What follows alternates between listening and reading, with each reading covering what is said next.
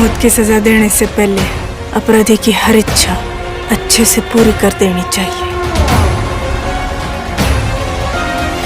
कैसी हो पहलवान? पूर्ण रूप से समर्पित हूँ। तो फाइनली दोस्तों बॉबी देओल एक बार फिर से आ चुके हैं काशीपुर वाले बाबा के नाम से फेमस। बाबा निराला पर भारी पड़ा अहंकार, पम्मी ने हिला दी गद्दी, क्लाइमेक्स में छिपे बड़े राज। ओटीटी की दुनिया में बॉबी देओल स्टारर आश्रम सीरीज का जिक्र जरूर होता है। भक्ति और अंधविश्वास के बीच का अंतर समझाने का काम ये वेब सीरीज करती है।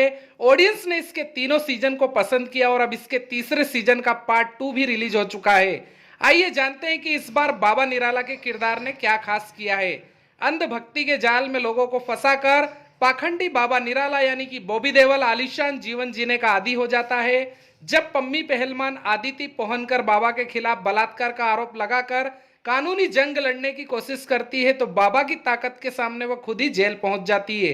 दोस्तों आश्रम सीजन 3 के पार्ट 2 में कहानी को अंत तक पहुंचाया गया है। इसमें पम्मी का बदला लेने का तरीका जरूर बदल जाता है, लेकिन दोस्तों मकसद नहीं। इस बार वह बाबा पर सीधा वार नहीं करती बल्कि उसकी मजबूत कड़ी को ही दुश्मन बनाकर उसके सामने खड़ा कर देती है। आइए देखते हैं वेब सीरीज के नए सीजन के लिए 2 साल का इंतजार करना सही साबित हुआ है या नहीं। एक बदनाम आश्रम सीजन पार्ट 3 की कहानी पहले पार्ट से आगे बढ़ती है। पम्मी अत्याचार के खिलाफ जंग लड़ने के लिए कोर्ट पहुंच चुकी है, लेकिन बाबा निराला खुद को कोर्ट में नपुंसक घोषित करके बरी हो जाते हैं।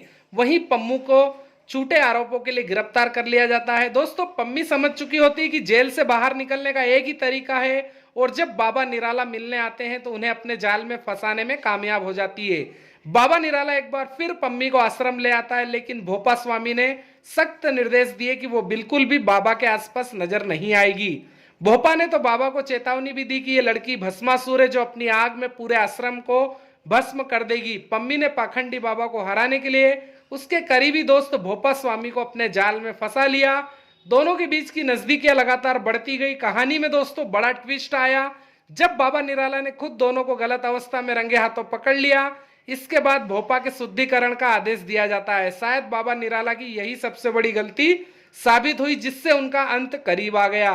सीरीज में सबसे बड़ा मोड़ एपिसोड 4 में आता है जब भगवान निराला उर्फ मोटी के बाबा बनने की असलियत का पता चलता है। सब इंस्पेक्टर उजागर सिंह यानी कि दर्शन कुमार की मुलाकात मनसुख बाबा के प्रधान सेवक से होती है। इसके बाद पूरा इतिहास खुल जाता है कि कैसे उन्होंने भोपा के साथ मिलकर मनसुख की गद्दी पर अपना कब्जा किया था। आश्रम सीजन 3 के पार्ट 2 की कहानी आखिर तक रोचक होती जाती है दोस्तों जब पम्मी और भोपा मिलकर बाबा से बदला लेने की राह पर निकल पड़ते हैं और आखिर में आपको देखने का मिलेगा कि कैसे बाबा का अंत उनके अहंकार ने करवा दिया। खैर आप सीरीज को देखेंगे तो आपको कहानी की रोचकता ज्यादा बेहतर ढंग से समझ आएगी। दोस्तों डायरेक्टर प्रकाश झा ने एक बार फिर बेहतरीन काम किया है।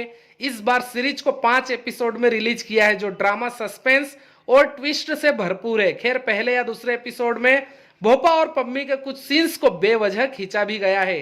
अगर इसे सीधा मुख्य ट्विस्ट तक पहुंचाया जाता तो शायद कहानी और ज्यादा प्रभावशाली हो जाती। हालांकि अभी भी सीरीज में निर्देशक के काम को शानदार कहा जा सकता है। बॉबी देओल ने बाबा निराला के किरदार में शानदार काम किया है। उन्होंने अपने किरदार की तमाम जरूरतों को पूरा किया है।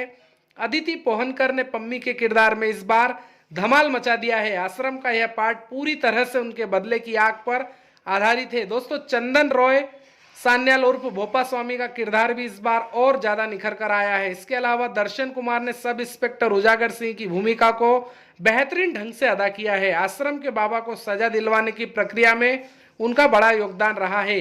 वहीं त्रिधा चौधरी, बबीता, परिणीता सेठ, साध्वी माता जैसे कई अन्य कलाकारों का काम भी तारीफ के काबिल लगा है। कुल मिलाकर दोस्तों इस सीरीज को देखा जा रहा है।